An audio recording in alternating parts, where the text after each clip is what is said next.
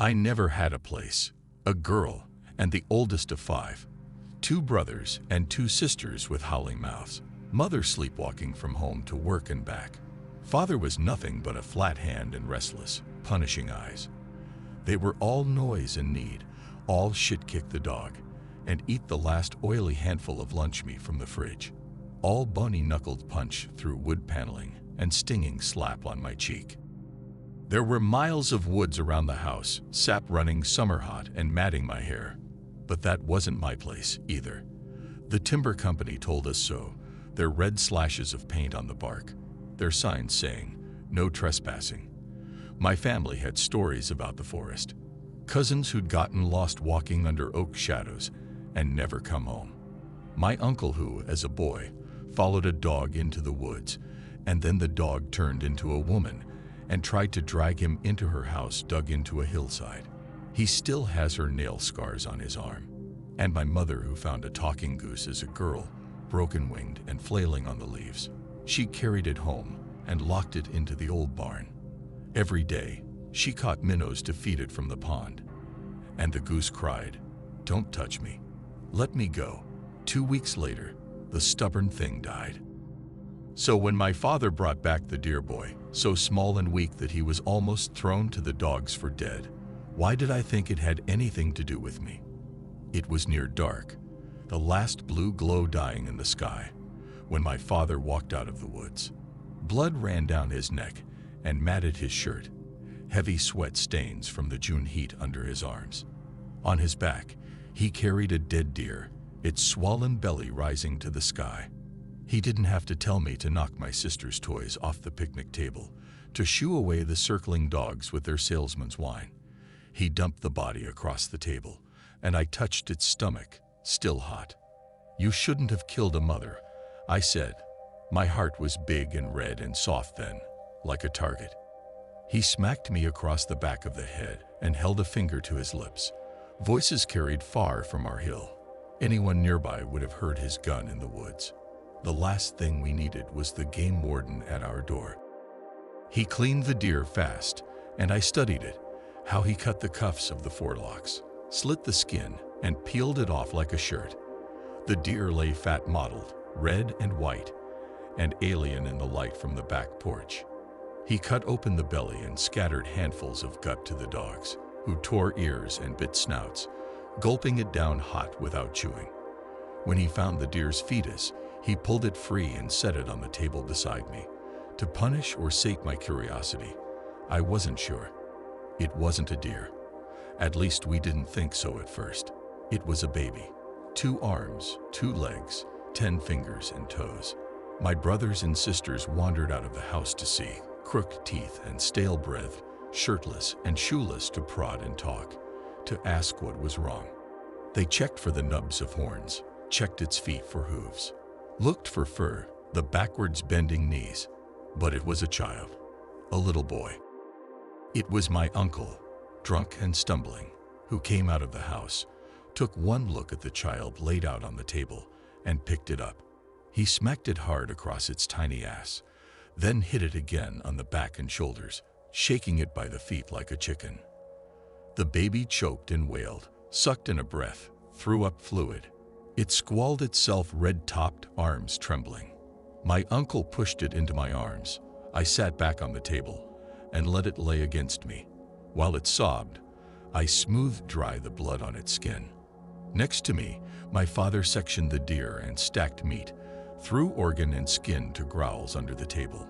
My brothers and sisters leaned close, blew into the baby's face, tried to pull it away. I held tight and kicked. I wouldn't trust them with a kitten. How many pets had drowned, or gotten run over, or been shot in a rage under our mean watch? So the deer boy became mine. At least for years, that's what I thought. I kept the baby safe in my blankets, begging my mother to bring me diapers and bottle, syrupy formula from the store. He lay on my bare belly at night, crying in his stuttering voice if I moved. I washed an old tooth-scarred pacifier that had been my sister's, found old baby clothes to keep him warm, treated him as soft as I would a human child. Outside, the deer came at night, sniffing deeply at my window.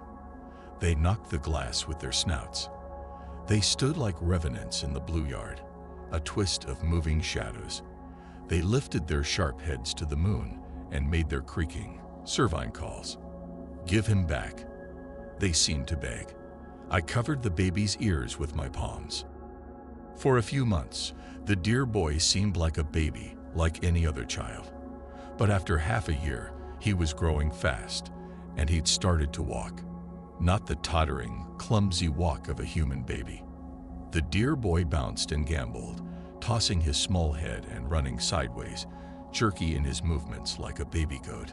My brothers stole a cap gun from a churchyard sale, and they chased the dear boy through the house, making loud detonations and puffs of smoke. The dear boy made his wordless cry and ran down the hall, pissing himself while my sisters ran to tell my mother.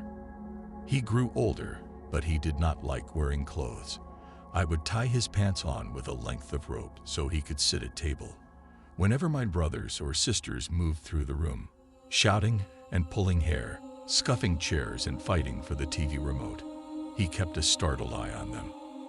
When my father opened the door, the dear boy bolted out of his chair.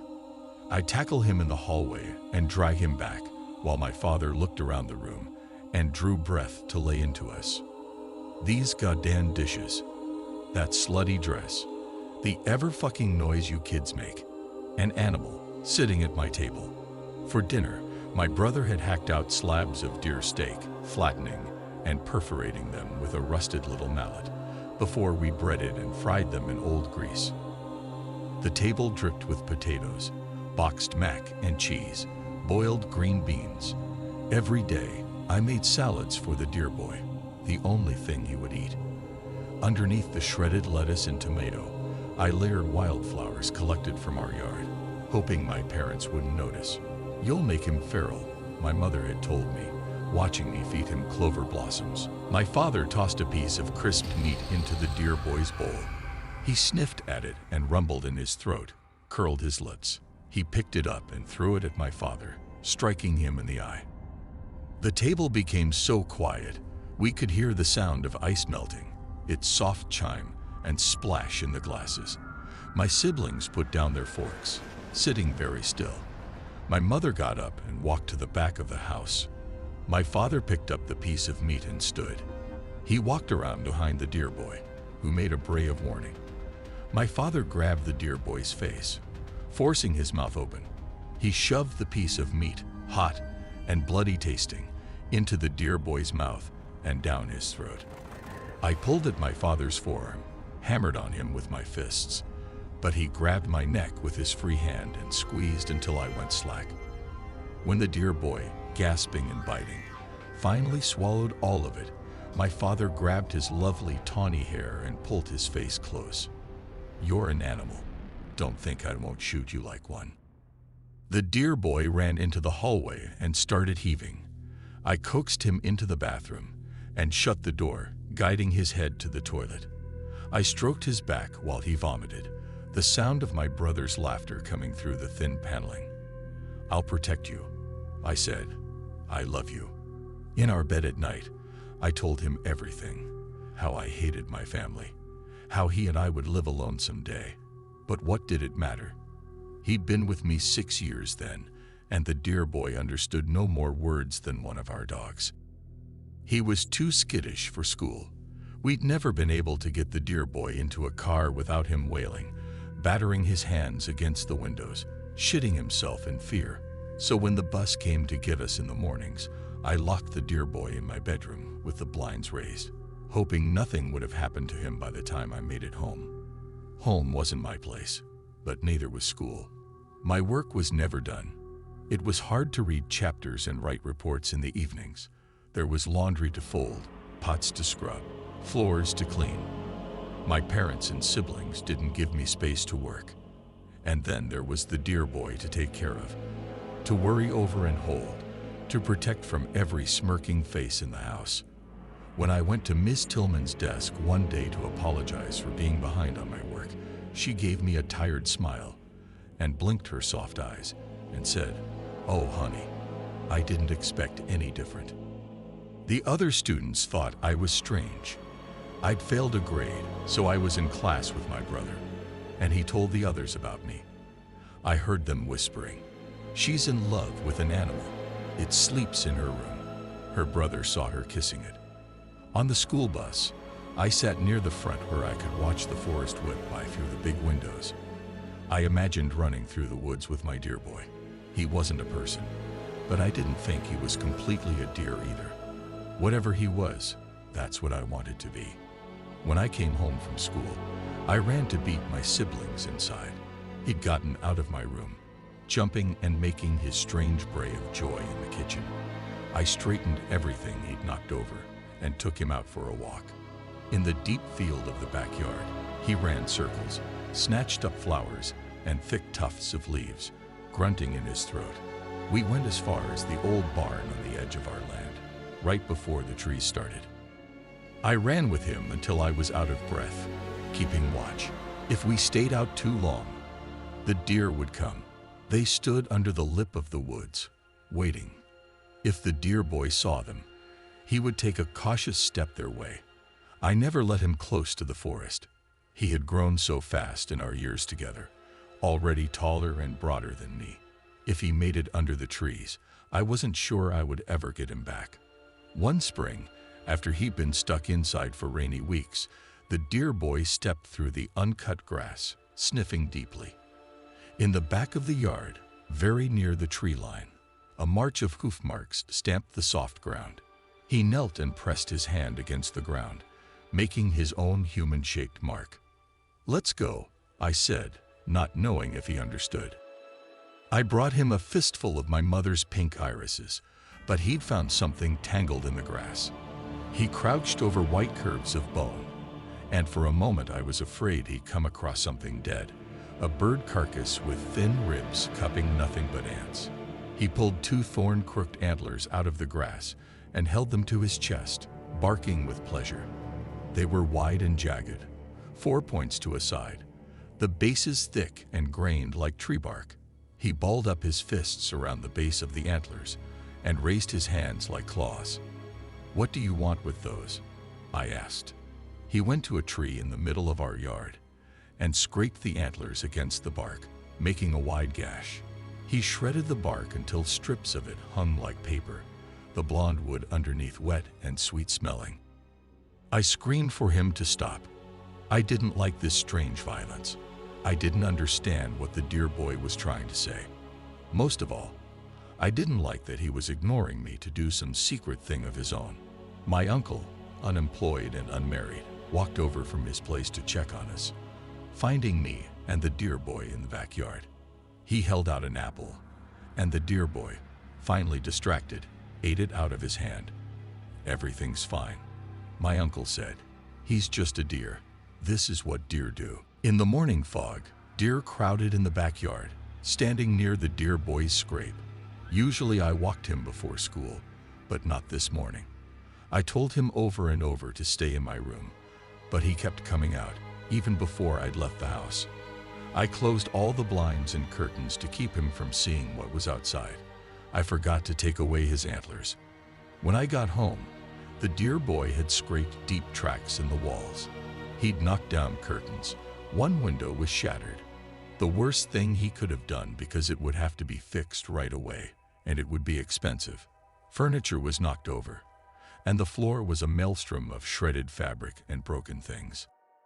Had the other deer come and called to him through the walls?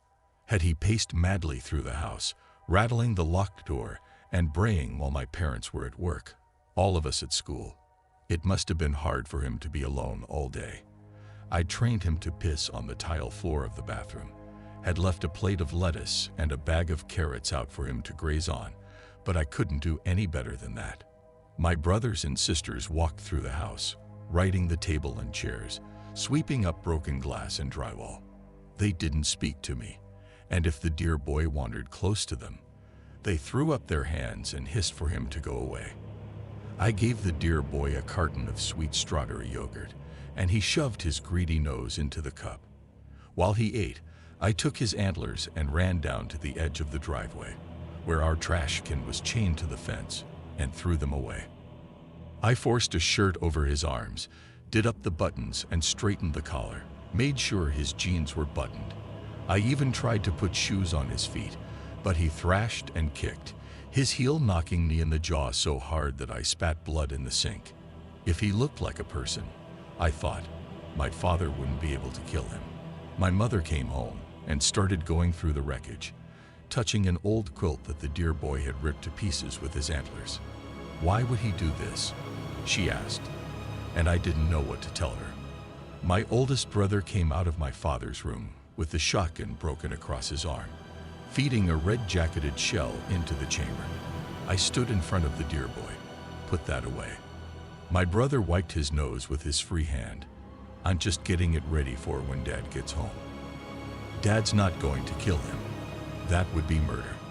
That thing isn't a person, my oldest sister said, and you're sick for treating it like one. I grabbed her by the top of the head with one hand and smashed her nose with my other. She ran down the hall, blood streaming from her nose, while the dear boy hopped and snorted. My brother lifted the gun to shoot him, but I grabbed the barrel, and we struggled, my mother yelling for us to put it down. The rim of the barrel bit into my stomach. My brother looked at me with such a nasty, jealous hate. Was he lonely? Did he resent that I had the dear boy, and he had no one? You might as well be an animal too, he said. My brother pulled the trigger. My mother and sister froze. We watched his finger pull back, and I held onto the barrel and waited for the shot to tear through me. The gun made a tiny click of metal touching metal. Nothing happened. By my brother's thumb, the safety was still on, preventing the gun from firing. He let go of the gun, and I took it back to my room, hiding it deep in my closet so my father wouldn't find it in his anger. I sat on the bed and wrapped my arms around the dear boy, trying to keep him still and silent, though he was impatient to go outside after being in all day. I kept picking up his arms and wrapping them around me, pressing his palms to my stomach, where the barrel left its O in my skin. But his hands fell. He didn't know what I wanted, and he didn't know what was coming. So I held him, and we waited. My father came home. I heard my mother talking to him in the kitchen, her voice low and muddy. My brother, defiant as he tried to explain himself. Then my father yelling. My brother thrown against the wall. The flat, almost wet sound of my father's hands battering my brother's head and back and shoulders while the rest of my family stood silent, only witnessing. When it was late enough that the sun had disappeared and the crickets sang outside my window, my father finally opened my door. He was gray-headed and looked tired in the dim light. The dear boy grunted a warning at him, feral eyes flickering from my father to me and back. I've spoken to your brother, he told me. I nodded, too afraid to say anything. Tomorrow, you will take your pet into the woods, and you will get rid of him. When he left, I pulled the blanket over us. His skin was warm, his cheeks round and human. Nothing about him was a deer. Nothing except everything. I ran my hands over his face, telling him that I would find a way to keep him. He nosed into my palms, licking them for salt or carrots, and finding nothing, rolled away from me. Early in the morning, I tied an old leash around the dear boy's neck and led him out of my room. My uncle sat at the kitchen table. He did this sometimes, letting himself in and making coffee while everyone else was asleep, going through the refrigerator for leftovers. Don't go too far, he told me. I walked the dear boy toward the edge of our land, the trees waiting. It was dark and foggy under the pine limbs. I imagined I could see the shapes of deer moving. He strained against the leash, sniffing the air. Once I turned him loose, I knew he would be gone. Instead of letting him go, I pulled on the leash and dragged him into our old barn. It was a leaky, gap-shingled old building of weathered gray wood. It had no lights or electricity. A few damp bales of hay lay molded in the middle of the space, surrounded by broken furniture and piles of old tools that had been my grandfather's, now rusting in their bins. It was all the way at the back of our yard, where the grass was never cut, and the trees reached out their long fingers and pressed its side, scraping the wood when the wind blew. We kept animals in the barn before. A flock of guinea fowl when I was little, lost to ants and damp. A dog who fought too much with the others, dead of distemper. And the goose my mother had caught as a girl, pleading with her to let it go, killed most likely by infection from its broken wing, if not from sheer hate for my family. Now, my dear boy would be stabled there, bedded down with all those ghosts. Every day when no one was around, I opened the barn door. He groaned and ran into the light, moving in his lilting, nervous way. He bent to graze on the grass in our yard, or ate vegetables from my hands. After a short walk, I locked him away again. Each day, he seemed a little more wild, and I wondered if the deer surrounded the barn and spoke to him at night. He had soiled and torn his clothes so badly that they fell off of him, and I washed him clean in the sun with our water hose, kneading his shoulders and scrubbing his head while he groaned. He was naked and beautiful in the sunlight, water rushing over his shoulders. Though I hid him, heads of lettuce disappeared from the refrigerator. My mother's flowers were chopped off. Of course, they knew what I was doing. Wild as he was, they must have known how it would end. No one stopped me. It rained for a week, and I wasn't able to take him out. I opened cans of spinach and filled a bowl for him. He rattled the boards of the barn and barked to be let out. When the rain finally stopped, I let him out and saw that his leash was gone. He ran up and down the yard, retreating whenever I got too close. He sprinted right to the edge of the forest, then wheeled and came back, again and again. I let him have a good hard run before I opened the barn doors wide and tried to coax him back in. He wouldn't come. I grabbed at his arm, offered him an apple, pleaded in my softest tone with clenched teeth. Every time I approached him, he made a step toward the forest. My nails dug into my palms. I hated this so much, hated him so much for the first time, that I could feel it burning in my stomach. In the barn I found rope, snapping it between my hands to see if it had dry rotted. I tied a slip knot and tumbled the apple to him. While he crouched and fed on it, working his jaw in small, delicate bites, I slipped the rope over his head and jerked hard. He was bigger than me, stronger, but I pulled the rope tight enough to choke him, tugging him toward the barn while he gasped. "Run away," I asked him. "When I've done so much for you, you dear-brained son of a bitch." I locked him in the barn, listening to him fling himself against the door and scream, hoarse noises no human throat could make. I walked back to the house, my palms stinging from rope burns. In the kitchen, my oldest brother stood looking out the window, his face still purpled from my father's hands. "So much for you being the kind one," he said. In the bathroom, I ran cold water over my palms and cried. "I love him," I whispered into my raw hands. "Don't I love him?" The next day, I came to the barn and pushed handfuls of grass through the crack in the door. The dear boy roared at me and threw the grass back. I sat against the door and pleaded with him. I offered orange wedges and peppers, flowers on long stems. I ran to the barn in the morning to chase away the deer, milling in their tens and muttering like goats. I pleaded. I chanted, "You're mine." Still, he wouldn't eat. After 4 days, I opened the doors. The dear boy stumbled into the light. He growled, whipping his bloody fists and tossing his bruised head like it bore antlers. He walked past me and into the forest, vanishing into the open arms of the oak trees. "You did right," my father told me that afternoon.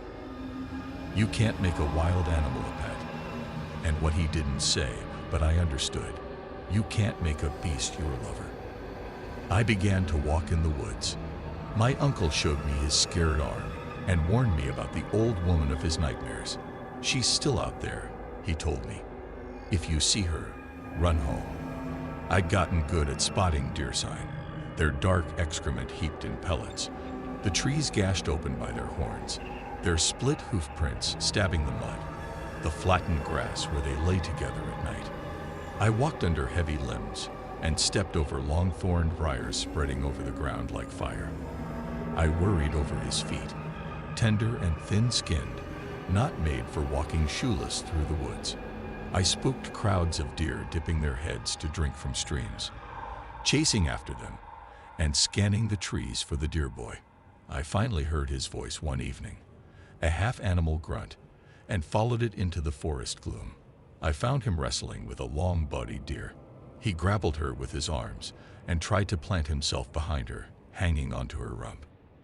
I picked up a stone and struck him in the back of the head. The doe bolted away, and the deer boy wheeled on me, angry and confused. I could see that he recognized me. He seemed as embarrassed as I, looking at the ground and trotting closer. He got close enough to sniff my hair, to touch me on the arm, checking my palms for salt. Hadn't I wanted just this moment? I shoved him away, shouted, picked up sticks, and threw them at his face. He hadn't done anything wrong, had he? He was only a deer doing what a deer did. So why was I so angry at him for it? He ran into the forest, moving with the strange grace of an animal, slipping through the crossed limbs and mats of vines like a shadow. He was gone, back with his own kind. I knew that he was never coming back home with me. Years went by, and my graduation was coming up. My brother had plans to move away with friends, to find a job in a new city. My mother asked what I would do in her fearful way. Something had to come next, but I couldn't imagine what. I still took walks in the woods, but it had been a long time since I had seen a deer. One morning, I found a hoof print near my window, but it meant nothing. My deer boy didn't have hooves. My father still hunted occasionally, though he never took a pregnant deer again. Every time he came back from the woods, I waited for him to tell me, but he only shook his head. One morning in January, my father came back from hunting early, his hands shaking. He emptied his gun of shells and threw them in the trash, locked his gun up and didn't touch it again, though he wouldn't tell me anything. Only, stay out of the woods. They're not our place. My uncle nodded, digging through our refrigerator. Haven't I been saying that for years? I took his hunter's orange vest off the table and went into the woods myself. What if he'd seen him? What if he'd shot and killed the deer boy and was too ashamed to bring him back? My father had worn a track between the trees. I followed it and climbed into his stand, a nest made of iron and tin. The wind was cold up so high, and I hadn't brought warm enough clothes. The metal seat burned my thighs through my jeans. It didn't matter. I would wait. It wasn't until evening, with the sun falling through the branches, that the deer came. Brown-furred and white-tailed, they came snorting through the trees. There were so many of them, the shapes of deer receding into the brush as the herd moved under me, on their way to ponds and pasture land on the other side of the woods. A tall, thin shape came, pushing branches out of the way. I leaned forward, waiting. It was a woman. At first, I was afraid it was the old woman my uncle had warned me about, come to drag me away. But this was a young woman, her hair wild and full of burrs. She had small breasts, her sides textured with overlapping scars from branches. She moved like the deer, graceful steps, dipping low and springing back up, quick and silent. I couldn't breathe. Ever since I was a child, I dreamed of being something like her. Behind her, others came. They were people, but they were deer too. Or maybe they were only deer, regardless of their shape. They ran like deer, made deer calls, moved with the others through the forest without clothes or speech or human gesture. My deer boy came with them. From his forehead, he'd grown a pair of huge, spreading antlers. At their base, where horn met his skull, his skin was mounded in scabs. Dried blood dripped down his nose. The tip of one horn had broken off. I pulled off my clothes and climbed down the ladder, my skin drawing tight in the cold. I would give up my humanity, the mean house I'd come from, every confusion and disappointment of growing older. I would vanish into the woods like my cousins had before me. When I came down the ladder, the deer spooked. The herd rippled, moving away in every direction. I ran straight for my deer boy. He lifted his nose, sniffed, and I saw by his eyes that he knew me. He ducked his head and ran at me with his horns, sending me stumbling back. I fell onto the leaves, a branch stabbing into my bare leg. I reached out and tried to touch his shaggy head, to run my fingers over his new horns, but he shook his neck from side to side, the points hooking toward me in a warning. He held me at bay until the other deer had gone away into the trees. Then, without another look, he turned and ran too. I tried to follow, flung myself off the leaves and ran, my feet shredded on rocks and frozen roots. The herd moved into the forest, so much faster than me. They weren't people. I could see it. I thought, if I ran hard enough, if I wanted it enough, I could be like them. I could be that wild, beautiful thing running through the woods at his side. There could be a place for me here. In a few moments, I fell gasping to the cold ground. The deer were gone. Sobbing, I went back to the deer stand to get my clothes before the cold killed me. On my way back, I heard a whimpering. Small, regular grunts. At the base of a tree, a very young girl stood, hair cascading down her back in a nest of sticks and leaves, looking for her mother and father. She was one of the children who'd come walking behind the deer boy, his daughter. He would come looking for her, or he wouldn't. Who could say with animals? I cornered the girl against the tree and grabbed her. She bit me on the arm, and I slapped her hard across the face. She barked, and I slapped her again, pinning her with my knees and hitting her until she became silent. I picked up the dirty little thing and carried her out of the woods. We still had old clothes from when I'd been a girl, and she was too small to fight me. It was easy to pitch her into the bath, to rip the comb through her tangled hair, to force her to drink a glass of milk and eat a peanut butter sandwich for dinner. At night, the deer came into the yard and cried for her with their creaking voices. She turned circles in my room, yelping back. I held her, smoothed her raw scalp. They left you, I said, but it's okay. They left me too. She would go to school. She would wear dresses, eat with a fork, and learn to shit on the toilet. She would learn speech, even if I had to shake the words out of her. Through her, I would prove that we can be who we have to be. For myself, and for the deer boy, I would understand what we had lost.